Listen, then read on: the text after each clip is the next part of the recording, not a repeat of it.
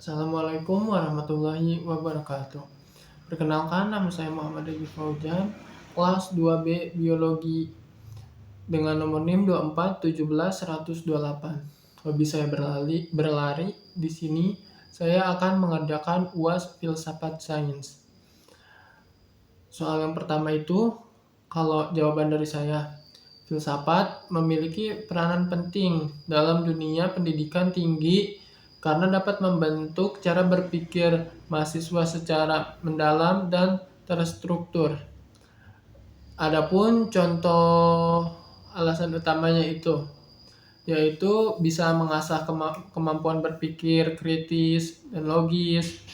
Dan yang kedua itu mendorong pemahaman diri dan perenungan. Dan yang ketiga, meningkatkan wawasan dan sikap terbuka. Dan yang keempat itu bisa melatih kemampuan berkomunikasi dan berargumentasi. Dan yang terakhir, bisa bersifat lintas disiplin ilmu. Selanjutnya, yang nomor kedua itu, kalau dari saya pribadi, hal yang paling fundamental dalam ilmu biologi itu adalah kehidupan itu sendiri. Apa itu hidup? Bagaimana kehidupan muncul, berfungsi, berkembang, dan berinteraksi dengan lingkungannya. Nah, dari konsep tersebut, ada beberapa prinsip utama yang menjadi pondasi biologi. Salah satunya itu kayak sel sebagai unit dasar kehidupan, dan genetika dan pewarisan sifat. Terus ada juga evolusi melalui seleksi alam, dan homeostasis dan regulasi.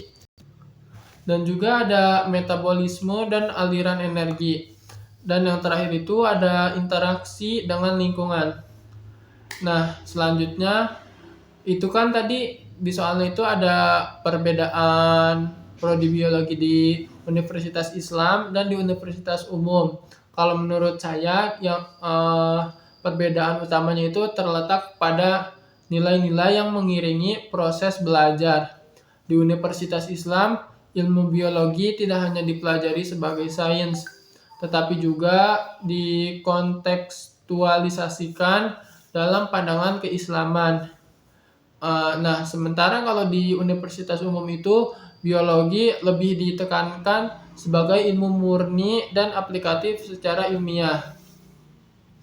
Dan yang terakhir itu, filsafat sains itu bukan hanya tentang teori abstrak, tapi memberi perspektif mendalam yang memperkaya cara kita memahami dan menggunakan ilmu.